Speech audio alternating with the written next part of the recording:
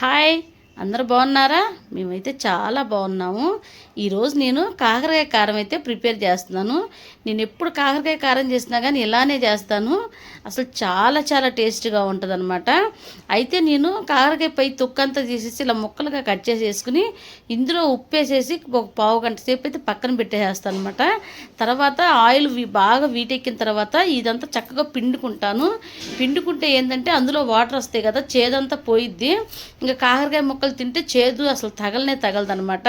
పిల్లలు కూడా చాలా ఇష్టంగా తింటారు. కాకరకాయ అసలు పిల్లలు తినరు కదా, ఇంకా అలాంటిది చేదు ఉంటే అస్సలు ముట్టుకోరు. ఒక్కసారి మీరు ఇలా ట్రై చేయండి, చేదంతా పోయిద్ది. పిల్లలు కూడా చాలా ఇష్టపడి తింటారనమాట.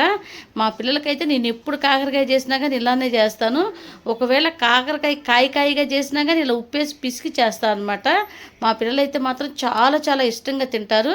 ఒకసారి మీరు ట్రై చేయండి, ఎలా ఉందో నాకైతే కామెంట్ చేయండి. నా వీడియో నచ్చితే లైక్ చేసి సబ్స్క్రైబ్ చేసుకోవటం మర్చిపోవద్దే. Okay, bye bye.